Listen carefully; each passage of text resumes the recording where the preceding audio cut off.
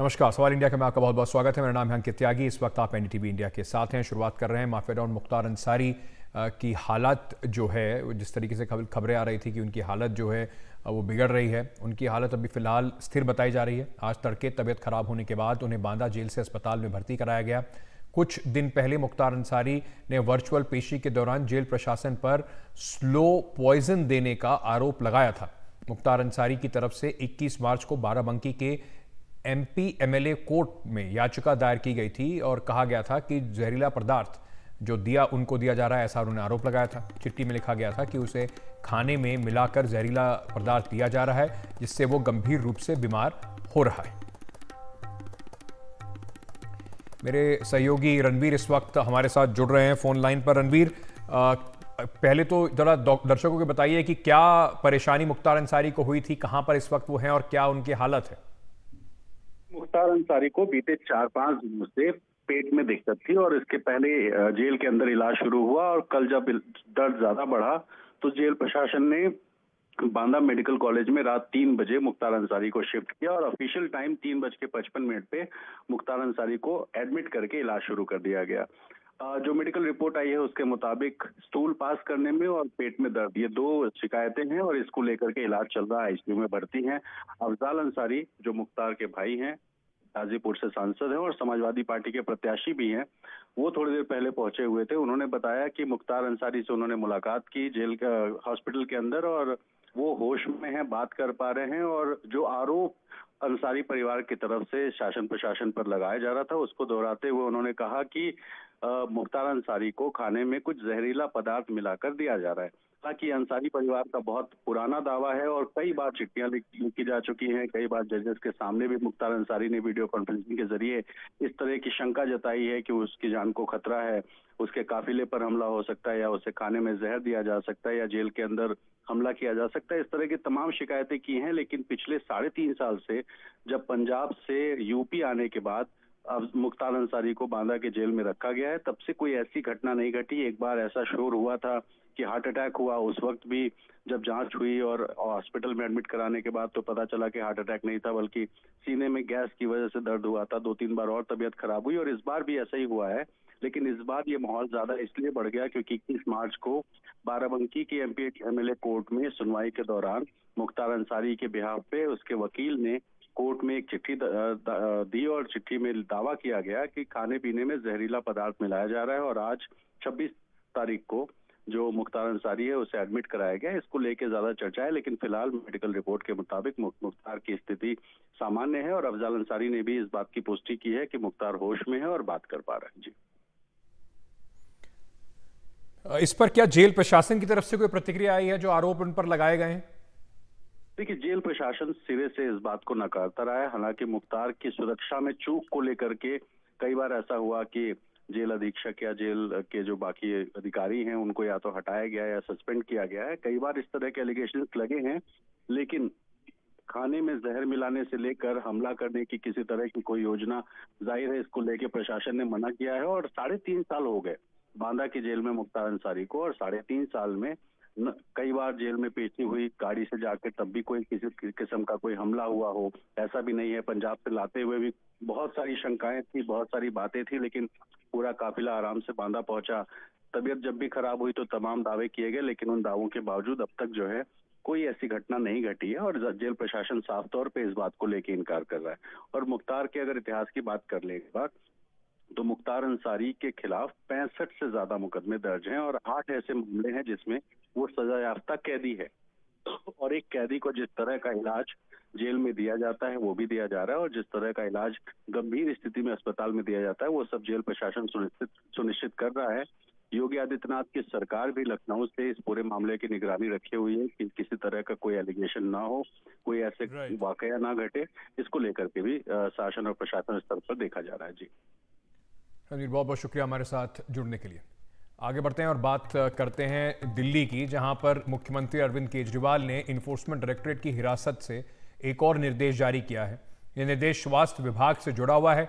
दिल्ली के मंत्री सौरभ भारद्वाज ने आज इस निर्देश की जानकारी मीडिया को दी। उन्होंने बताया कि केजरीवाल ने दिल्ली के अस्पतालों और मोहल्ला क्लिनिक में मुफ्त टेस्ट और दवाई सुनिश्चित करने को कहा है। सौरभ भारद्वाज ने यह भी कहा कि हिरासत में रहते हुए भी केजरीवाल को दिल्ली वालों की चिंता है।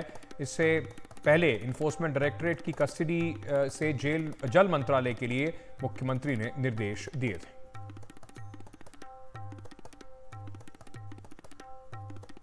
इस तरीके की सूचना मुख्यमंत्री जी को मिली है कि कई मोहल्ला क्लिनिकों के अंदर जो मुफ्त टेस्ट होते थे उसके अंदर समस्या आ रही है।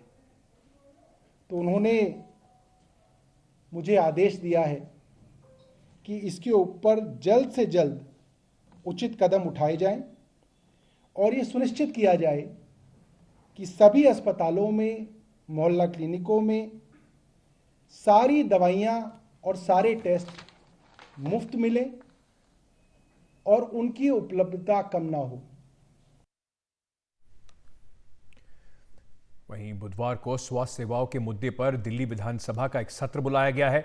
दिल्ली के स्वास्थ्य मंत्री के मुख्य सचिव को आदेश दिया गया है कि अस्पतालों और मोहल्ला क्लिनिक में मुफ्त दवाइयां, मुफ्त टेस्ट की स्थिति के बारे में बताएं। यदि मुफ्त दवा की कमी है तो उसका ठीक करने के लिए पूरा प्लान लेकर आए। स्वास्थ्य मंत्री ने विधानसभा की चर्चा का जवाब देंगे और सूचित करेंगे विधानसभा को कि कल ये जो पूरा मुख्यमंत्री जी ने कहा है उसके बाद क्या क्या एक्शन स्वास्थ्य मंत्री ले रहे हैं। शरद शर्मा मेरे सहयोगी इस वक्त हमारे साथ जुड़ रहे हैं। शरद, ये जो पूरा मामला है अब ये कमाल इसलिए होता जा रहा है कि ईडी कह रही है कि देखिए हमारे यहाँ से ना तो कोई पेन दिया, ना पेपर दिया, ना अरविंद केजरीवाल को किसी से मिलने की इजाजत है, लेकिन उसके बाद भी एक के बाद एक इस तरीके के निर्देश जो हैं वो बाहर आते जा रहे हैं।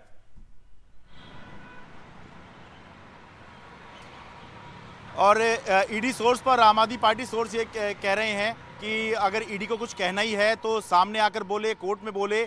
इस तरह से सोर्स के हवाले से क्यों बोला जा रहा है? जाहिर सी बात है, अगर इधर से यानी कि अगर ईडी कस्टडी से ये दावा किया जाएगा कि ईडी कस्टडी से आदेश जारी किया है अरविंद केजरीवाल ने, तो ईडी पर सवाल उठेंगे कि आखिर क्या हो रहा है।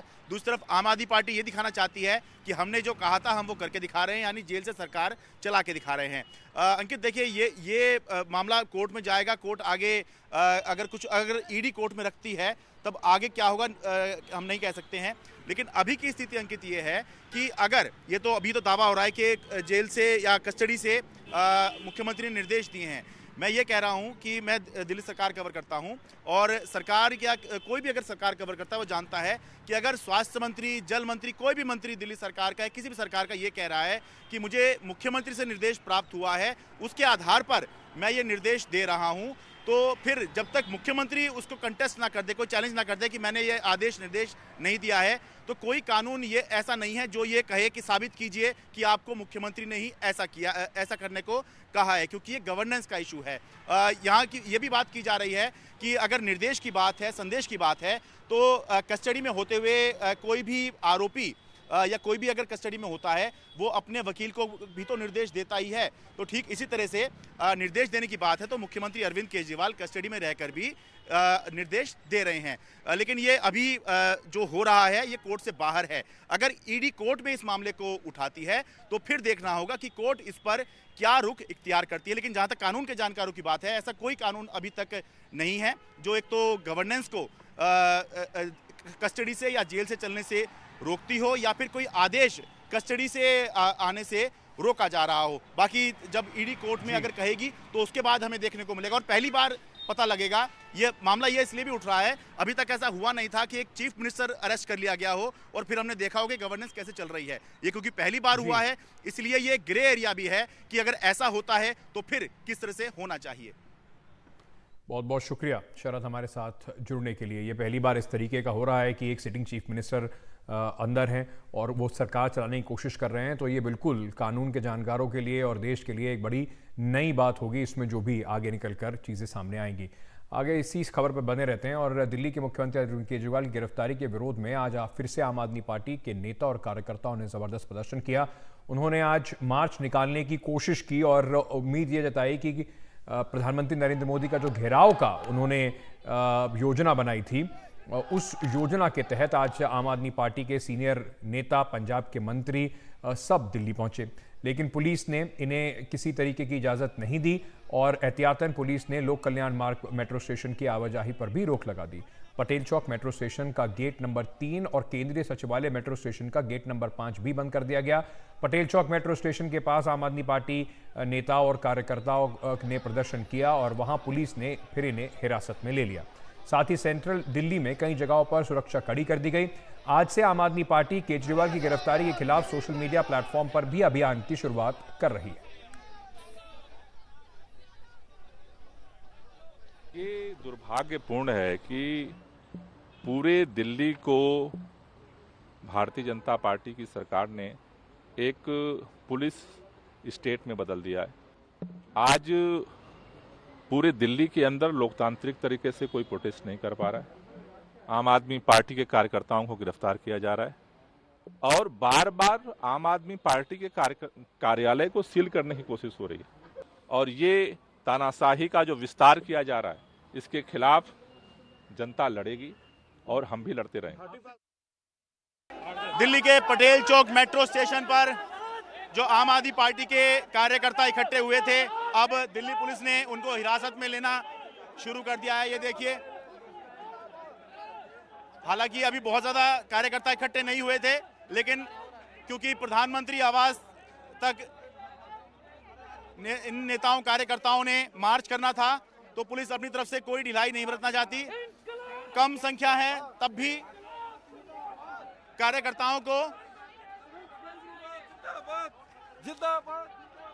कार्यकर्ताओं को हिरासत में लेना शुरू कर दिया है। ये फिलहाल पंजाब से आए कार्यकर्ता हैं। मार्च नहीं हो पाया जी आप लोग का? मार्च नहीं हो पाया। कोई बात नहीं जी, हमने जो अपनी बात रखनी थी रख दी। अरविंद केजरीवाल जिंदाबाद। मार्च नहीं हो पाया आप लोगों का?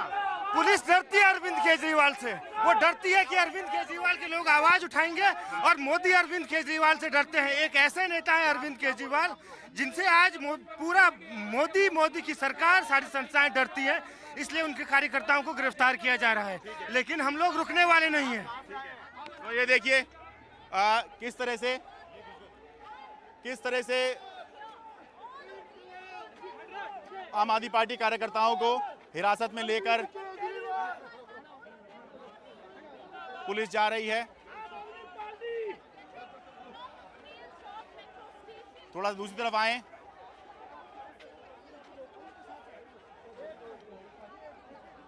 वैसे भी संख्या बहुत ज्यादा नहीं जुटी थी, उससे पहले ही पुलिस ने कार्रवाई कर दी। आमतौर पर यह होता है कि जब बड़ी संख्या में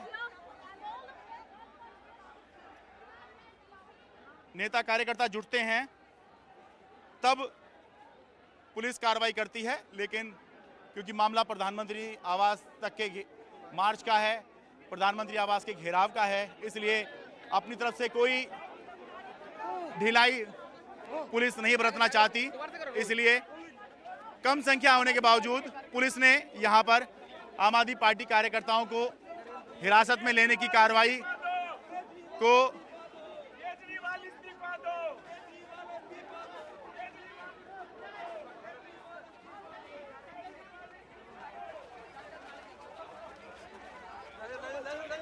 और इस तरह से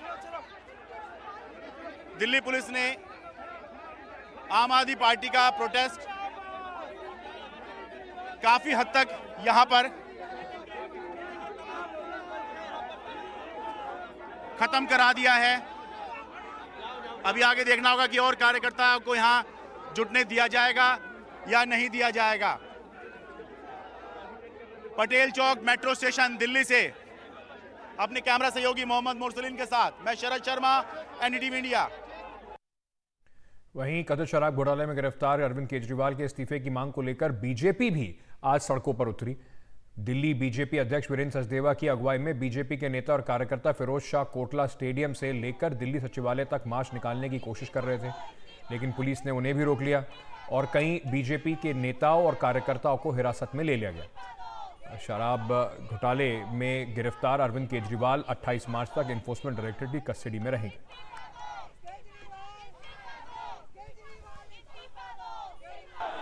दिल्ली बीजेपी ने आज केजरीवाल के इस्तीफे की मांग को लेकर फिरोज शाह कोटला स्टेडियम से आईटीओ के लिए मार्च निकालने की कोशिश की और विरोध प्रदर्शन दर्ज करने की कोशिश की, लेकिन रास्ते में पुलिस ने बीजेपी नेताओं कार्यकर्ताओं को हिरासत में ले लिया। तस्वीरों में आप बीजेपी के दिल्ली प्रदेश अध्यक्ष वीरेंद्र सचदेवा को देख रहे हैं।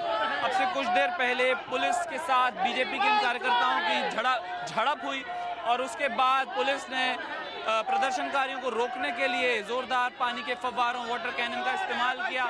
कुछ लोगों से बात करने की कोशिश करेंगे। अरविंद केजरीवाल इस्तीफा जब तक नहीं देगा ये विशाल प्रदर्शन होता रहेगा। ऐसे ही होता रहेगा जब तक केजरीवाल इस्तीफा नहीं देंगे, जब तक धरना प्रदर्शन ऐसे ही होता रहेगा। केजरीवाल को इस्तीफा देना ही पड़ेगा, हर हालत में देना पड़ेगा। साफ तौर पर बीजेपी के कार्यकर्ता हैं, वो प्रदर्शन कर रहे हैं। उनकी एक सूत्री मांग है कि केजरीवाल जो कि दिल्ली के मुख्यमंत्री हैं और फिलहाल जेल से सरकार चला रहे हैं, उनको इस्तीफा देना ही होगा।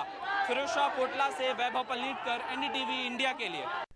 अरविंद केजरीवाल जो ईडी की हिरासत से आदेश पारित कर रहे हैं, उस पर भारतीय जनता पार्टी हमलावर है। बीजेपी का कहना है कि मुख्यमंत्री केजरीवाल को अचानक दिल्ली के लोगों की चिंता कैसे हो गई।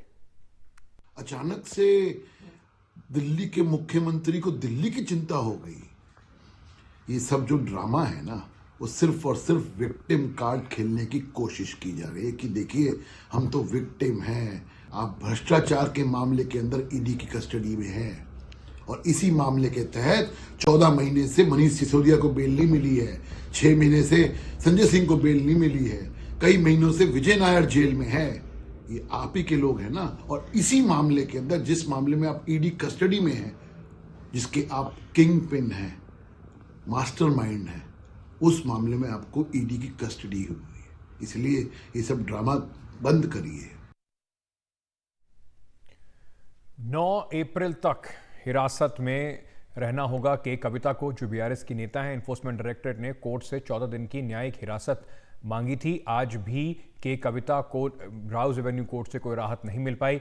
के कविता को जमानत नहीं मिल पाई। दिल्ली शराब घोटाले के मामले में के कविता भी आरोपी हैं। बीआरएस नेता के कविता की आज खत्म हो रही थी एनफोर्समेंट डायरेक्टरेट की रिमांड। वहीं अब के कविता की अंतरिम जमानत पर राउज एवेन्यू कोर्ट में 1 अप्रैल को सुनवाई होगी। आज के कविता ने अपने बेटे की बोर्ड परीक्षा का हवाला देकर अंतरिम जमानत की मांग की थी। साथ ही ये भी कहा था कि के कविता के वकील ने कि पूछताछ की सीसीटीवी फुटेज सुरक्षित रखी जाए। दिल्ली शराब घोटाले में आरोपी और कथित तौर पर साउथ की लिकर लॉबी की मास्टरमाइंड के कविता को दिल्ली की राउज एवेन्यू कोर्ट से फिलहाल कोई राहत नहीं मिली है। कोर्ट ने उनको 9 अप्रैल तक यानी कि 14 दिन के लिए जुडिशल कस्टडी में भेज दिया है। कोर्ट में जो ईडी ने अपनी जुडिशल कस्टडी की एप्लीकेशन लगाई है, उस एप्लीकेशन के मुताबिक के कविता बहुत ही प्रभावशाली हैं। ऐसे में वो गवाहों को प्रभावित कर सकती हैं, वो सबूतों को नष्ट कर सकती हैं और मौजूदा जांच को प्रभावित कर सकती हैं। इस मामले में ईडी आरोपी की भूमिका की जांच कर रही है और अपराध के जरिए कमाई गई आय का पता लगाने की कोशिश कर रही है। ईडी ने कोर्ट में ये भी कहा कि जो लोग अपराध की आय से जुड़े हुए हैं, उनका पता लगाने की कोशिश की जा रही है। आर्थिक अपराध की जांच सामान्य अपराध की जांच से ज़्यादा कठिन है, ये भी ईडी ने कोर्ट में कहा, क्योंकि अपराध करने वाले साधन संपन्न और प्रभावशाली होते हैं। उनकी समाज में गहरी पैठ होती है। अपराध की साजिश बेहद शातिराना तरीके से करते हैं, इसलिए जांच को आगे बढ़ाना कठिन होता है। साथ ही जेसी की एप्लीकेशन में जो ईडी है उसने लिखा है कि के कविता ने अपराध की आय से करीब 292 करोड़ रुपए कमाए हैं और 100 करोड़ रुपए किकबैक के तौर पर यानी कमीशन के तौर पर आम आदमी पार्टी को दिया है। कोर्ट में ईडी ने यह भी कहा कि के कविता के सामने बिठाकर कई लोगों से पूछताछ हुई है, उनके बयान दर्ज हुए हैं और इसमें कुछ मनी ट्रांजैक्शन के बारे में जानकारी मिली है।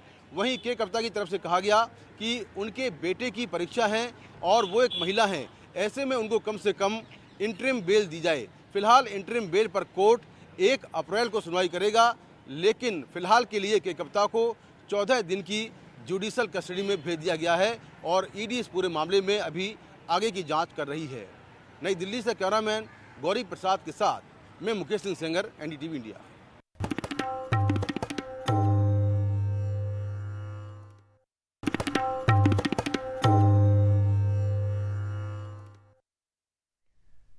प्रधानमंत्री उत्तर प्रदेश में 30 मार्च से लोकसभा चुनाव के लिए अपना प्रचार अभियान शुरू करेंगे।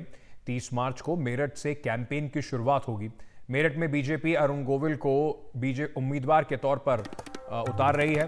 उन्होंने रामायण सीरियल में राम की भूमिका निभाई थी। इस रैली में जयंत चौधरी के भी शामिल होने की बात बताई जा रही है। मेरे सहयोगी विकास भदौरिया इस वक्त हमारे साथ फोन लाइन पर जुड़े हुए हैं। विकास, उत्तर प्रदेश 80 सीटें, बीजेपी का 80 में से 80 का इस बार का लक्ष्य और प्रधानमंत्री की प्रचार की शुरुआत मेरठ से, काफी स्ट्रेटेजिक है ये पूरा अहम मामला है, क्योंकि आरएलडी का साथ भी यहां पर जो बीजेपी है अपनी मजबूती से पेश करेगी। मेरठ से भगवान राम की भूमिका निभाने वाले रामायण सीरियल में अरुण गोविल को खड़ा किया गया है और रामनवमी भी सर पर है और भगवान राम के लिए जो भव्य मंदिर है वो भी अयोध्या में पूर्णतः से स्थापित हो चुका है और उसका उद्घाटन भी हो गया है, आम लोगों के दर्शन के लिए खुल भी गया है। तो एक तरह से बीजेपी मैसेजिंग कर रही है भगवान राम के नाम पर, जो 500 साल पुरानी एक व्यथा थी हिंदुओं की, उसको पूरा करने के बाद भगवान राम की भूमिका निभाने वाले अरुण गोविल पे चुनाव मैदान में उतारा गया और 30 मार्च से उसी जगह, उसी मेरठ से जहां से अरुण गोविल चुनाव मैदान में, वहां से कैंपेन की शुरुआत करेंगे। जाहिर तौर पर प्रधानमंत्री नरेंद्र मोदी पहले भी कैंपेन की शुरुआत करते रहे, लेकिन ये कैंडिडेट अनाउंस होने के बाद एक तरह से ये कहा जाए कि चुनावों की घोषणा होने के बाद उत्तर प्रदेश में ये पहला दौरा है प्रधानमंत्री नरेंद्र मोदी का, और पहला दौरा ठीक मेरठ में, उस जगह जहां से क्रांति की शुरुआत हुई थी 1857 में। और प्रधानमंत्री नरेंद्र मोदी एक तरह से ये भी संदेश देना चाह रहे हैं कि इस बार जो आम चुनावों में क्रांति भूमि मेरठ से वो अपने क्रांतिकारी चुनाव प्रचार की शुरुआत करने जा रहे हैं। बहुत बहुत शुक्रिया विकास हमारे साथ जुड़ने के लिए। आगे बढ़ते हैं और बात करते हैं हिमाचल प्रदेश की मंडी लोकसभा सीट की, जहां पर कंगना रनौत को भारतीय जनता पार्टी ने उम्मीदवार बनाया है। अब सोशल मीडिया पे उनके बारे में आपत्तिजनक टिप्पणी के मामले में एक बड़ा जबरदस्त मोड़ ले लिया है। इस पर राजनीति जमके हो रही है। ये टिप्पणी कांग्रेस नेता सुप्रिया सुनीत के ट्विटर हैंडल से, यानी कि एक्स का जो हैंडल है, उससे की गई। इस टिप्पणी पर कंगना रनौत ने कहा कि सुप्रिया सुनीत की टिप्पणी से वो और मंडी की जनता जो है वो आहत है। आगे उन्होंने ये भी कहा कि उन्हें पार्टी अध्यक्ष जेपी नड्डा ने दिल्ली बुलाया है। विवाद खड़ा होने के बाद सुप्रिया सुनीत ने सफाई देते हुए कहा कि मेरा मेटा अकाउंट, कई लोगों की उस पर पहुंच है। किसी एक व्यक्ति ने इस तरीके की घृणित और आपत्तिजनक टिप्पणी की है जिसे हटा दिया गया। जो कोई भी मुझे जानता है वो जानता है कि मैं एक महिला के लिए कभी ऐसे शब्द नहीं कहूंगी। अब इस मामले में राष्ट्रीय महिला आयोग ने भी संज्ञान लिया है और इलेक्शन कमीशन को इस पर कार्रवाई करने के लिए कहा है। मेरे फेसबुक और इंस्टाग्राम अकाउंट का एक्सेस कई लोगों के पास है। उसमें से किसी एक व्यक्ति ने आज एक बेहद घृणित और आपत्तिजनक पोस्ट की। मुझे जैसे ही पता चला, मैंने सर्वप्रथम उस पोस्ट को डिलीट किया, क्योंकि जो कोई भी मुझे जानता है वो अच्छी तरह से जानता है कि मैं कभी भी किसी भी महिला के खिलाफ व्यक्तिगत भद्दी और भोंदी टिप्पणी कर ही नहीं सकती हूं। मैं इसकी घोर विरोधी हूं। मैंने सर्वप्रथम इसको ट्विटर को रिपोर्ट किया और इस अकाउंट को भी मैं बंद कराऊंगी, जैसे मैंने बाकियों को बंद कराया है। लेकिन मैं यहां पे बिल्कुल बोलना चाहती हूं कि मैं किसी भी सूरत में सार्वजनिक जीवन में भद्दी भोंडी व्यक्तिगत टिप्पणियों के खिलाफ हूं। न मैंने ऐसा कभी किया है और न मैं कर सकती हूं। विचारधारा की लड़ाई पुरजोर तरीके से, पूरी ईमानदारी से और पूरी मजबूती से लड़ने में मुझे नड्डा जी ने बुलाया है। वो मुझसे मीटिंग करेंगे और आप इसकी भी आप गरिमा रखिए कि अब मैं जो हूँ वो पार्टी से आगे या पीछे नहीं चल सकती हूँ। मुझे उनके साथ चलना पड़ेगा, उनकी इंस्ट्रक्शंस के साथ चलना पड़ेगा। तो आप, हाँ जी, उन्होंने मुझे बोला लीगल एक्शन लेंगे। मैम क्या लेंगे? मुझे वो जाकर बताएंगे। आपको पता है ये घटना, पिछली रात तो मुझे टिकट मिला, उससे अगली रात जो है ये घटना हो गई। तो आज मैं नड्डा जी से मिलने जा रही हूँ, तो आप भी थोड़ा संयम रखिए। इंडी गठबंधन के नेताओं की निराशा, हताशा और कुंठा इस तथाकथित मोहब्बत की दुकान के अंदर से एक जहरीली जुबान के रूप में सामने आती जा रही है। इस तथाकथित मोहब्बत की दुकान में सिर्फ जहरीले सामान ही नहीं है, ये किसी सियासी फरमान का हिस्सा है। It's time we fight stereotypes. Why can't a woman who comes from the film fraternity or the fashion fraternity or any other profession join active public life? It is with the sentiment of wanting to do something good for your country that Kangana Ranaut has chosen to join the Bharatiya Janata Party. And it is an apology of a situation that you have a woman leader from another party trying to stereotype and talk about her body parts. The time has come for us to unequivocally speak up against stereotypes.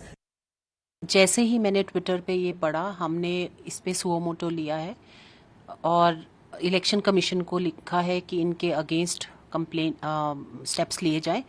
लेकिन मेरा ये कहना है कि जो खुद social media के in charge हों एक पार्टी की, और वो भी छोटी पार्टी नहीं है, बहुत बड़ी पार्टी की नेता हैं और बहुत बड़ी नेता हैं, उनके अकाउंट से ऐसा कोई कैसे ट्वीट कर सकता है। इस बीच उत्तर प्रदेश की लोक गायिका नेहा सिंह राठौर ने सरकार से पूछा है कि उनका अपमान करने वालों के खिलाफ कब कार्रवाई होगी। नेहा सिंह राठौर ने प्रधानमंत्री मोदी को ट्वीट करके ये सवाल पूछा है। दरअसल कुछ लोग एक पॉर्न स्टार के साथ नेहा का फोटो टैग कर रहे हैं। नेहा सिंह राठौर ने एक्स पर लिखा है कि क्या राष्ट्रीय महिला आयोग सारी लड़ाई भाजपा की महिला प्रत्याशियों के लिए ही लड़ती है।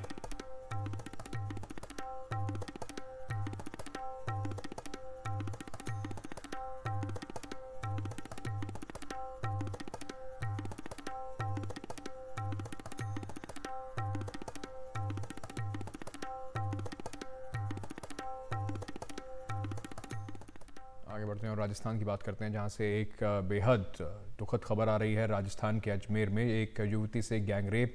महाराणा प्रताप स्मारक घूमने गई थी ये युवती, जहां पर कार में बंदूक की नोक पर युवती को अगवा करके उसके साथ गैंगरेप किया गया। 8 लोगों पर यह आरोप लगा है। 2 आरोपियों को पुलिस ने गिरफ्तार भी कर लिया है। गैंगरेप के अन्य आरोपियों की तलाश इस वक्त पुलिस कर रही है।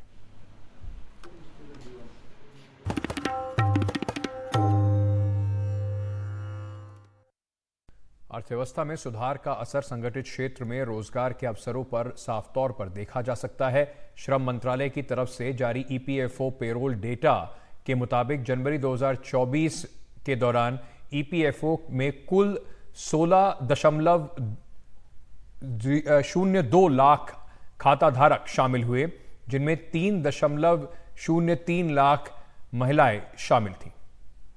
नए खाताधारकों में सबसे ज्यादा 56.4% हिस्सेदारी 18 से 25 आयु वर्ग के वर्करों की बढ़ी है। यह दर्शाता है कि संगठित क्षेत्र में युवाओं, खासकर पहली बार नौकरी पाने वाले युवाओं की संख्या बढ़ रही है। दुनिया की बड़ी अर्थव्यवस्थाओं में भारत सबसे तेज रफ्तार से आगे बढ़ने वाली अर्थव्यवस्था बना हुआ है। श्रम मंत्रालय की ईपीएफओ ने जो नया पेरोल डेटा जारी किया है, उसके मुताबिक इस साल जनवरी महीने में जो पेरोल है ईपीएफओ का, उसमें करीब 16 लाख इजाफा हुआ। यानी करीब 16 लाख लोगों को इस साल जनवरी महीने में नौकरी मिली और उन्होंने ईपीएफओ को ज्वाइन किया है। इसमें महत्वपूर्ण यह है कि इस 16 लाख की संख्या में करीब 3 लाख महिलाएं हैं, जो दर्शाता है कि भारत की जो वर्कफोर्स है उसमें महिला वर्करों का जो शेयर है, उनका जो प्रतिनिधित्व है, उसमें भी लगातार सुधार हो रहा है और भारत एक इंक्लूसिव देश बनने की तरफ आगे बढ़ रहा है। दूसरी महत्वपूर्ण बात जो ईपीएफओ पेरोल डेटा में सामने आई है, उसमें ये कहा गया है कि करीब 8 लाख नए ईपीएफओ सब्सक्राइबर थे जिन्होंने ईपीएफओ ज्वाइन किया। इसका सीधा मतलब है कि 8 लाख नए वर्करों ने पहली बार ईपीएफओ ज्वाइन किया है। महत्वपूर्ण यह है कि इसमें से करीब 56% जो वर्कर थे वो 18 से 25 साल के उम्र के थे। यानी इन्होंने पहली बार इनको नौकरी मिली जनवरी महीने में और इन्होंने ईपीएफओ का जो पेरोल है उसे ज्वाइन किया। और इसमें जो महिला वर्कर हैं जिनको पहली बार रोजगार मिला, वो पहली बार ईपीएफओ से जुड़ी, उनकी संख्या करीब 2,05,000 है, जो काफ़ी महत्वपूर्ण है। सिग्निफिकेंटली इसमें एक बात जो सामने आई है कि सबसे ज़्यादा जो रोजगार के अवसर हैं वो इंडस्ट्रियल सेक्टर में पैदा हुए हैं। वित्त मंत्रालय को उम्मीद है कि आने वाले समय में भारतीय अर्थव्यवस्था में और सुधार हो सकता है और अगर ऐसा हुआ तो संगठित क्षेत्र में विशेष तौर पर जो रोजगार के अवसर हैं उनमें और सुधार होगा और ईपीएफओ के पेरोल में और भी नए वर्कर जुड़ सकते हैं। दिल्ली से प्रेम सिंह के साथ हिमांशु शेखर, एनडीटीवी इंडिया। होली के दिन मुंबई के माहिम बीच पर डूबने से 2 बच्चों की मौत हो गई। कल 5 लड़कों के डूबने की खबर आई थी, जिनमें से 3 को बचा लिया गया। एक लड़के की मौत बचाव अभियान के दौरान हो गई थी, जबकि एक का शव आज बरामद किया गया। बचाव गए लड़कों ने उनका अस्पताल में इलाज चल रहा है। हर साल मुंबई में होली के दिन समुद्र में डूबने से लोगों की मौत की घटनाएं सामने आती हैं। हर साल मुंबई में होली का त्यौहार बड़े ही धूमधाम से मनाया जाता है, मगर होली के समय कई हादसे भी होते हैं जिनमें लोग अपनी जानें गंवा बैठते हैं। मुंबई के समुद्र किनारों पर होली के समय भारी तादाद में लोग पहुंचते हैं और समुद्र के अंदर जाकर होली मनाते हैं बड़े ही धूमधाम से। हर साल मुंबई के अलग अलग समुद्री किनारों पर लोगों की भारी संख्या होती है जो कि समुद्र के अंदर जाते हैं और होली मनाते हैं, जिसमें कई हादसे होते हैं। हर साल युवा हो या बाकी तबके के लोग हो, वो समुद्र के अंदर खो जाते हैं या फिर अपनी जान गंवा देते हैं डूबकर। कल 4:30 बजे के आसपास माहिम चौपाटी, जो कि समुद्र स्थल है मुंबई का, यहाँ पर भारी तादाद में लोग आते हैं। 5 बच्चे 4:30 बजे के आसपास होली खेलते हुए समुद्र के अंदर चले गए और पानी के बहाव के साथ अंदर डूब गए। जैसे ही इस बात की जानकारी बीएमसी और फायर ब्रिगेड को मिली, यहाँ पर प्रशासन पहुँच गया और उन 5 बच्चों की खोज उन्होंने शुरू कर दी। तकरीबन 5 बजे के आसपास 3 बच्चों को समुद्र से सही सलामत निकाल लिया गया और नज़दीकी हिंदुजा अस्पताल में उनको भर्ती करा लिया गया, जहां पर उनका इलाज किया जा रहा है। रात को 8 बजे तक चल रहे इस पूरे रेस्क्यू ऑपरेशन में 2 बच्चे अभी भी लापता थे। जब 8 बजे के आसपास अंधेरा हुआ तो एक बच्चे का शव बरामद किया गया। वहीं आज सुबह इस पूरे मामले में एक और शव बरामद किया गया है, जो कि डूबने से बच्चे की मौत हो गई है। तकरीबन इस हादसे में 5 लोग डूबे थे, 3 लोगों को बचा लिया गया है और वहीं 2 की मौत हो गई है। माहिम चौपाटी इलाका जो है वो बहुत बड़ा इलाका माना जाता है, यहाँ पर भारी संख्या में लोग पहुँचते हैं। वहीं होली के समय हर साल प्रशासन भी अपनी तैयारियां पुख्ता तौर पर करती है। बीएमसी हो, फायर ब्रिगेड हो या लाइफ गार्ड का पूरा सिस्टम हो, वो यहाँ पर लगाया जाता है। मगर हर साल लोग जो हैं वो डीप सी में जाते हैं, अंदर होली खेलने की कोशिश करते हैं। समुद्र के अंदर होली खेलना बहुत ज़्यादा जो है वो खतरनाक साबित हो सकता है। हर साल बेहद ज़्यादा आंकड़े सामने आते हैं कि लोगों ने डूबकर उनकी जान चली गई। ऐसे में कल जो हादसा हुआ है वो बेहद ही खतरनाक है, जिससे लोगों की जान जाती है और जो 3 बच्चे थे उनकी भी जान चली गई। कैमरामैन अमित पवार के साथ पारस दामा, एनडीटीवी इंडिया, मुंबई।